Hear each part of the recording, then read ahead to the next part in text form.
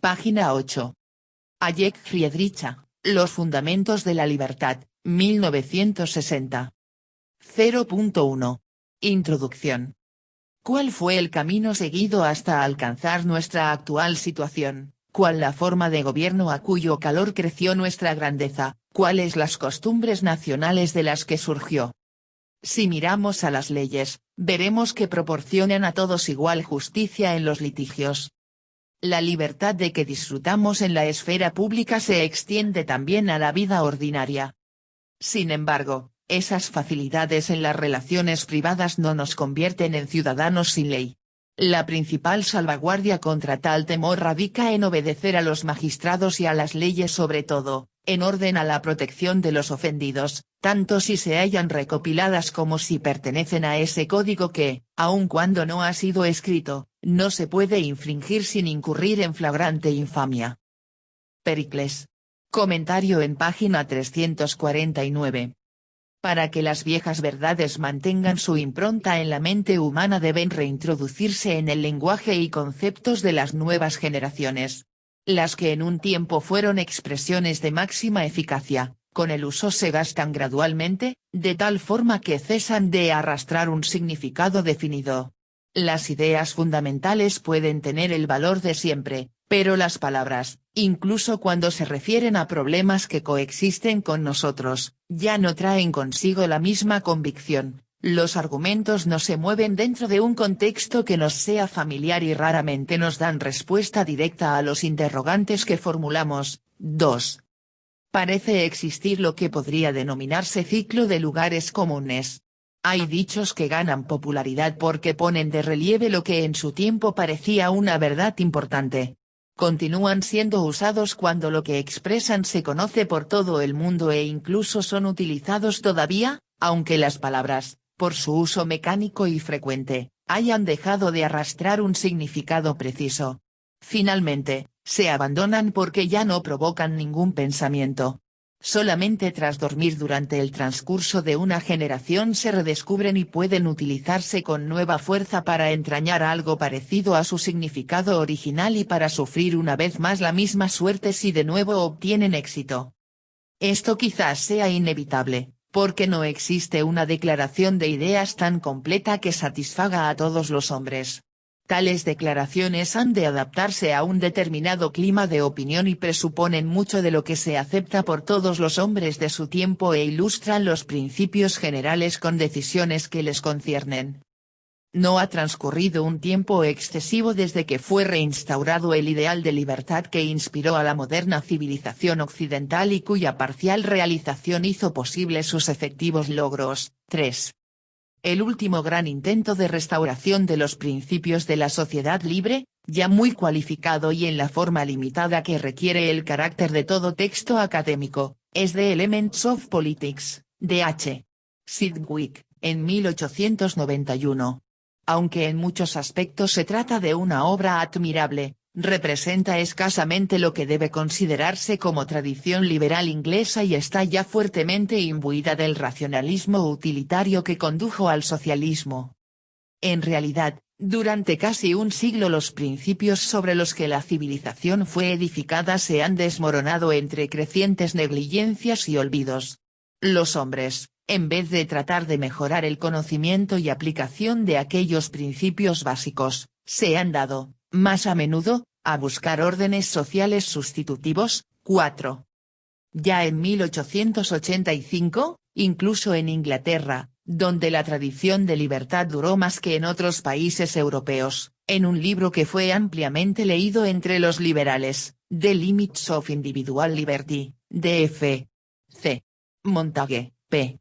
16, podía afirmarse de estos últimos que la reconstrucción de la sociedad y no la redención de los individuos es ahora su más urgente tarea. Solo al enfrentarnos con otros sistemas diferentes descubrimos que hemos perdido el claro concepto del objetivo perseguido y que carecemos de inconmovibles principios que nos sirvan de apoyo al combatir los dogmas ideológicos de nuestros antagonistas. En la lucha por la estructuración moral de los pueblos del mundo, la falta de creencias firmes coloca a Occidente en gran desventaja. El estado de ánimo de los dirigentes intelectuales de Occidente se ha caracterizado largamente por la desilusión frente a sus principios, el menosprecio de sus logros y la exclusiva preocupación de crear mundos mejores. Tal actitud no permite acariciar la esperanza de ganar prosélitos. Para triunfar en la gran contienda ideológica de esta época, es preciso, sobre todo, que nos percatemos exactamente de cuál es nuestro credo, poner en claro dentro de nuestras propias mentes lo que queremos preservar y lo que debemos evitar. No es menos esencial, al relacionarnos con los demás países, que nuestros ideales sean fijados de manera inequívoca. La política exterior queda prácticamente reducida, en la actualidad, a decidir cuál sea la filosofía social que deba imperar sobre cualquier otra, y nuestra propia supervivencia dependerá de la medida en que seamos capaces de aglutinar tras un ideal común a una parte del mundo lo suficientemente fuerte. He ahí lo que hay que llevar a cabo enfrentándonos con condiciones muy desfavorables. Una gran parte de los pueblos del mundo ha imitado la civilización occidental y adoptado sus ideales en los momentos en que Occidente comenzaba a mostrarse inseguro de sí mismo y perdía la fe en las tradiciones que le dieron el ser.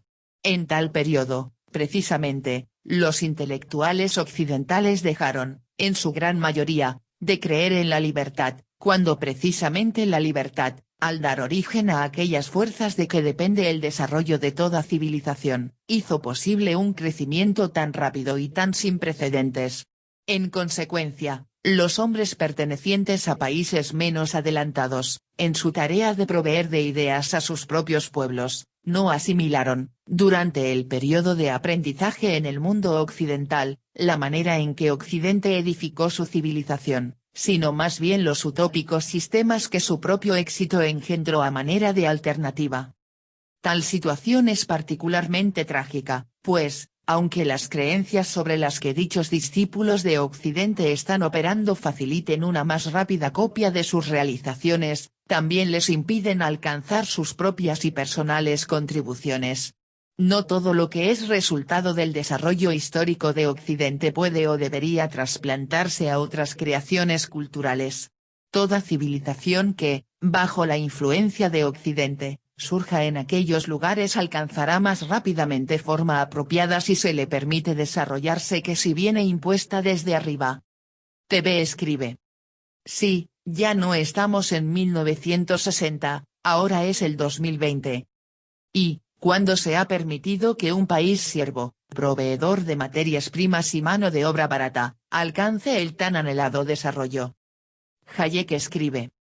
Si es verdad, como a veces se alega, que falta la condición necesaria para una evolución libre, es decir, el espíritu de iniciativa individual, hay que convenir que sin tal espíritu ninguna civilización arraigará en lugar alguno del planeta. En tanto que dicho espíritu falte realmente, el primer quehacer ha de ser despertarlo, lo que, sin duda, conseguirá un régimen de libertad, pero no un sistema de compulsión.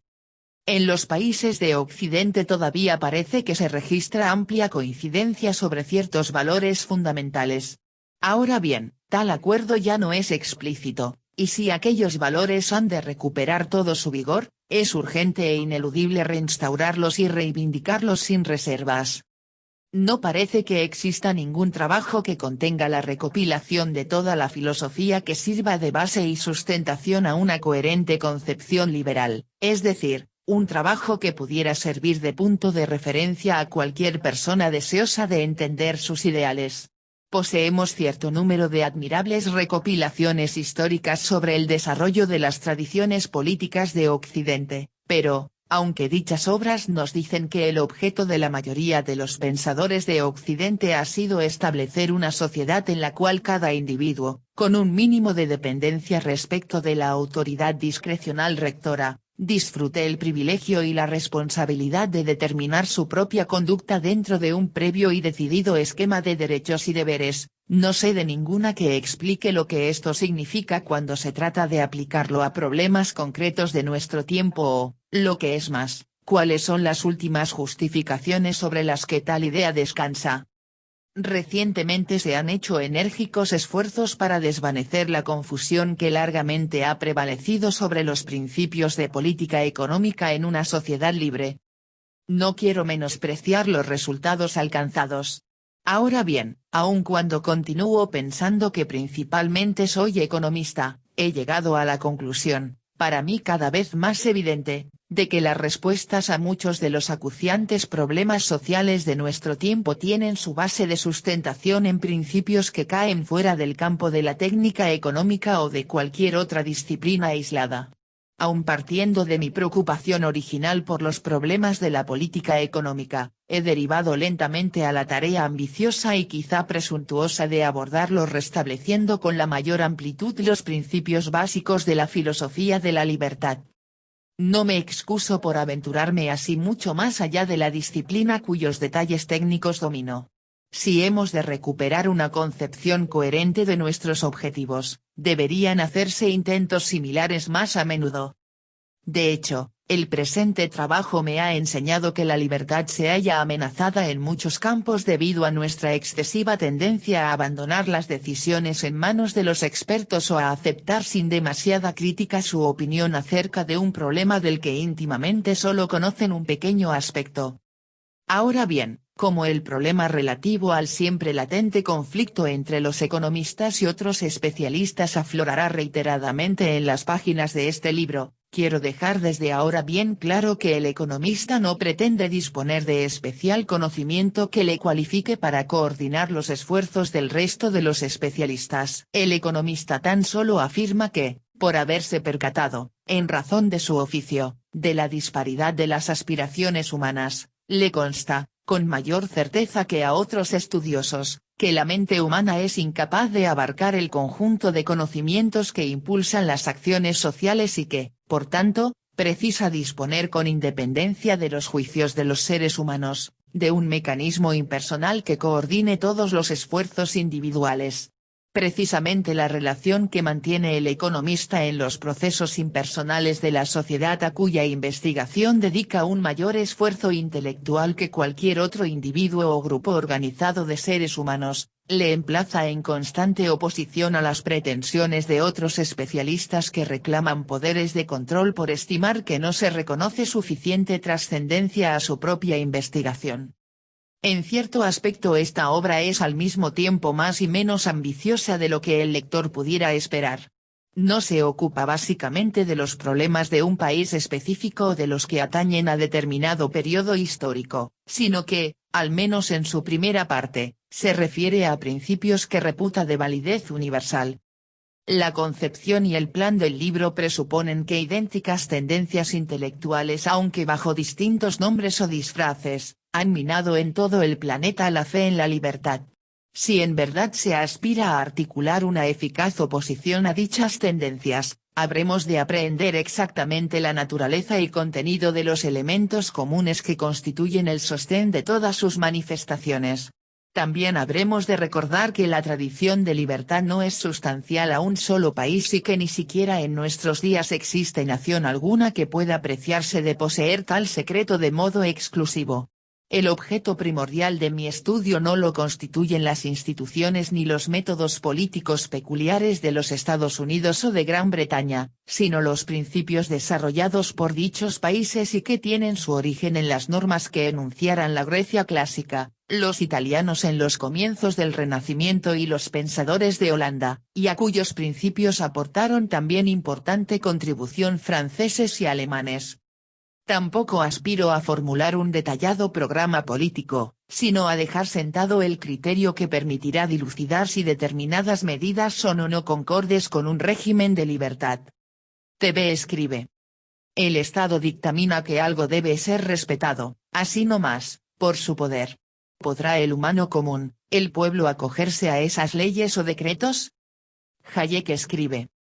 Implicaría la negación del espíritu todo que informa esta obra, si me creyera competente para formular un amplio programa de acción política. Tal programa, después de todo, ha de surgir de la aplicación de una común filosofía a los problemas del momento. Mi objetivo no es principalmente crítico, puesto que no cabe describir un ideal sin contrastarlo constantemente con la opinión de otros estudiosos. Yo también tengo la esperanza de que no me recuerden, especialmente en nuestro tiempo, como lo hizo S.T. Coleridge a Edmund Burke, que es políticamente malo describir un sistema que carece de atractivos excepto para los ladrones y asesinos y no tiene otro origen natural que el de las mentes de los locos y de los mentecatos, cuando la experiencia ha probado que el gran peligro de dicho sistema consiste en la peculiar fascinación que se calcula ejercerá en los espíritus nobles e imaginativos, en todos aquellos que en la amigable intoxicación de la benevolencia juvenil se inclinan a confundir propias y mejores virtudes y más escogidas potencias con las cualidades y atributos medios del carácter humano. The Political Thought of Samuel Taylor Coleridge, editado por R. J. White, 1938, p. 235.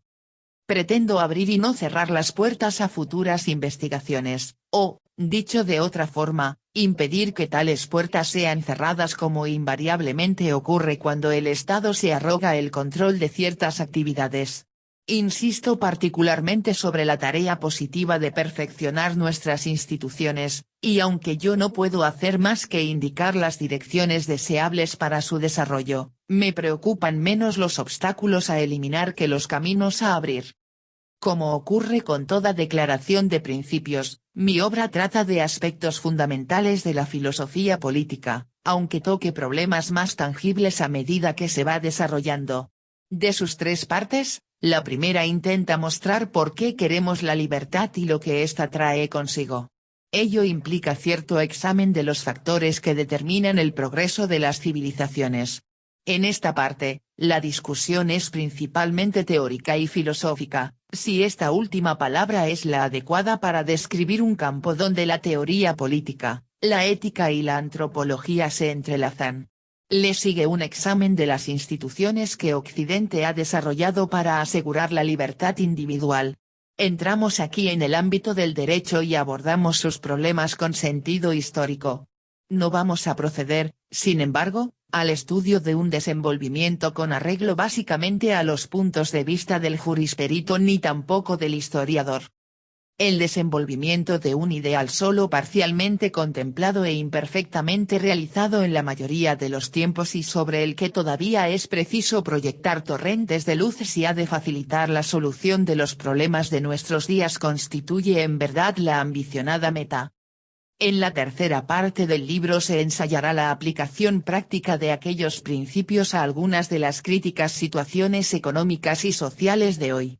Las materias que he seleccionado corresponden a la esfera en que una falsa elección entre las distintas posibles soluciones daña más a la libertad. Su análisis ilustra deliberadamente sobre cuán a menudo la prosecución de idénticos ideales, aplicando métodos distintos, puede vigorizar o destruir la libertad. En su mayoría son materias que, analizadas exclusivamente sobre la base de la metodología económica, proporcionan elementos insuficientes para formular una política, por lo que tan solo pueden ser adecuadamente examinadas utilizando un esquema más amplio. Sin embargo, las complejas decisiones que tal temática entraña no pueden ser exhaustivamente tratadas en este volumen. Sometidas a análisis y discusión, ilustran sobre el objetivo fundamental de este libro, o sea, aquel entramado de filosofía, derecho y economía de la libertad que nos es indispensable. Mi obra pretende facilitar la comprensión, no encender entusiasmos. Aun cuando al escribir acerca de la libertad la tentación a provocar estados emocionales es a menudo irresistible, me he propuesto, en la medida de lo posible, mantener la discusión con espíritu de sobriedad. Aunque no se puede negar que conceptos tales como la dignidad humana y la belleza de la libertad expresan sentimientos merecedores de encomio, no es menos cierto que son inadecuados para todo intento de persuasión racional.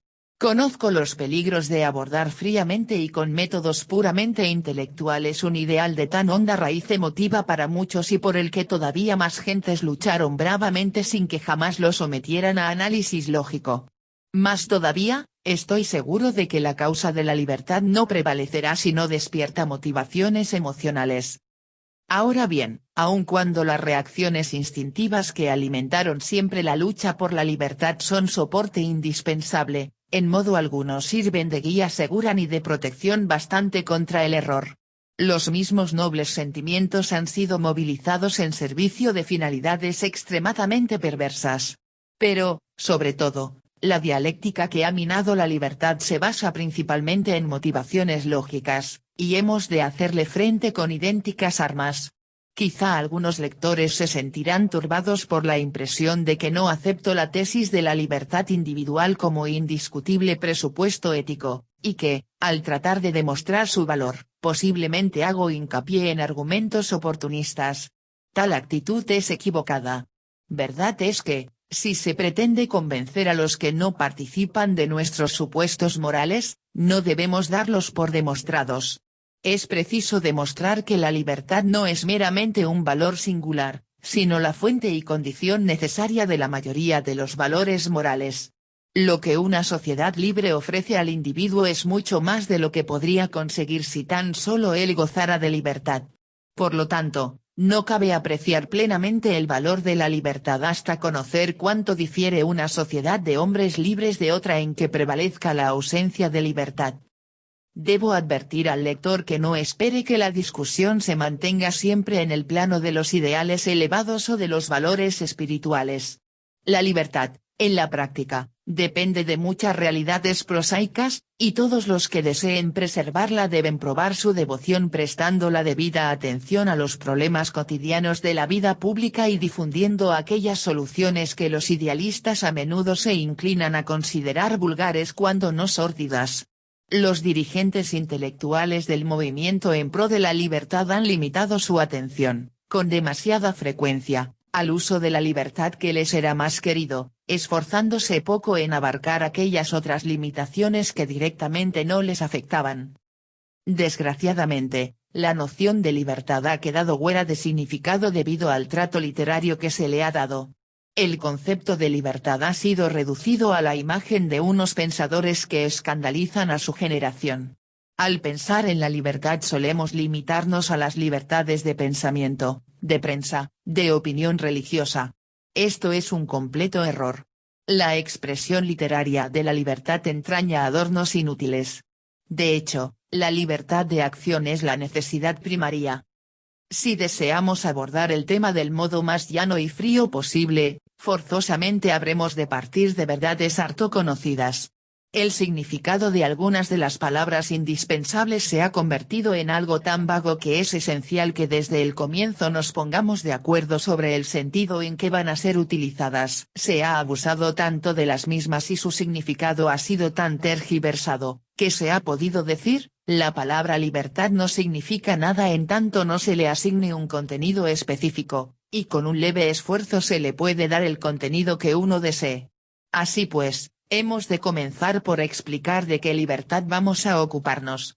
La definición no adquirirá el necesario rigor mientras no hayamos examinado también algunos otros términos igualmente vagos, tales como coacción, arbitrariedad y ley, que son indispensables en un estudio acerca de la libertad. Sin embargo, el análisis de dichos conceptos ha sido pospuesto hasta el comienzo de la segunda parte, a fin de que los áridos esfuerzos de aclaración de palabras no supongan obstáculos demasiado grandes antes de alcanzar las cuestiones fundamentales. Mi pretensión de restablecer la filosofía de los hombres que viven en sociedad, filosofía que viene desarrollándose lentamente a lo largo de más de 2 milenios, se ha visto fortalecida al advertir que ha sido capaz de superar, las más de las veces, la adversidad con fortaleza renovada. Uno de los periodos de decadencia de dicha filosofía ha coincidido precisamente con el transcurso de las últimas generaciones. Si a algunos, especialmente a los que viven en Europa, se les antojase que mi obra es una especie de encuesta sobre lo racional de un sistema que ya no existe, les responderé que, si nuestra civilización no ha de declinar, aquel ordenamiento debe revitalizarse. La filosofía que le sirve de base permaneció estacionaria cuando el sistema alcanzó el máximo de su influencia, de la misma forma que frecuentemente ha progresado cuando el sistema se mantenía a la defensiva. También es verdad que durante los últimos 100 años ha realizado escasos progresos, hallándose actualmente a la defensiva. Ello no obstante, los ataques que se le han dirigido muestran cuáles son los puntos vulnerables que su forma tradicional ofrece. No es necesario que uno supere en talla intelectual a los grandes pensadores del pasado para comprender mejor cuáles son las condiciones esenciales de la libertad individual. Las experiencias de la última centuria nos han aclarado misterios que ni un Madison, un Mill, un Tocqueville o un Humboldt fueron capaces de percibir. El que haya llegado el momento de poder reavivar esta tradición dependerá no solo de nuestro éxito en mejorarla, sino también del temple de la actual generación. Fue abandonada en un momento en que las gentes no querían poner límite a su ambición por tratarse de un credo modesto e incluso humilde, basado en el reconocimiento de las limitaciones humanas, nacientes sus propugnadores de que, dada la capacidad del hombre, ni la sociedad mejor planificada satisfaría plenamente todos nuestros deseos. La tradición que defendemos se halla tan alejada del perfeccionismo como de precipitación e impaciencia del apasionado reformador cuya indignación de determinados males le impide muchas veces percatarse del daño y la justicia que la realización de sus planes probablemente provocará. Ambición, impaciencia y prisa son con frecuencia admirables en los individuos, pero perniciosas cuando guían e impulsan a quienes ejercen el poder coactivo y también cuando el logro de las mejoras depende de quienes, investidos de autoridad, llegan a presumir que el ejercicio de su misión les confiere superior sabiduría y, en su consecuencia, el derecho a imponer sus creencias a los demás. Tengo la esperanza de que nuestra generación haya aprendido que el afán de perfección de esta clase o aquella ha provocado reiteradamente la destrucción del nivel de decencia alcanzado por nuestras sociedades. David Hume, que será nuestro constante compañero y sapiente guía, pudo hablar en 1742, E62, p. 371, de ese gran esfuerzo filosófico tras la percepción que, bajo el pretexto de reformar prejuicios y errores, choca contra los más queridos sentimientos del corazón y los más útiles instintos y tendencias que pueden gobernar a la criatura humana. Hume nos advirtió, Ibid. p. 373, que no nos apartásemos demasiado de las máximas de comportamiento y conductas recibidas, a causa de una refinada búsqueda de la felicidad o de la perfección. Con objetivos menos ambiciosos, armándonos de mayores dosis de ciencia y humildad, avanzaremos más rápidamente que a impulsos de la confianza, saturada de soberbia y alta presunción, en la trascendente sabiduría y clarividencia de esta época. Página 27.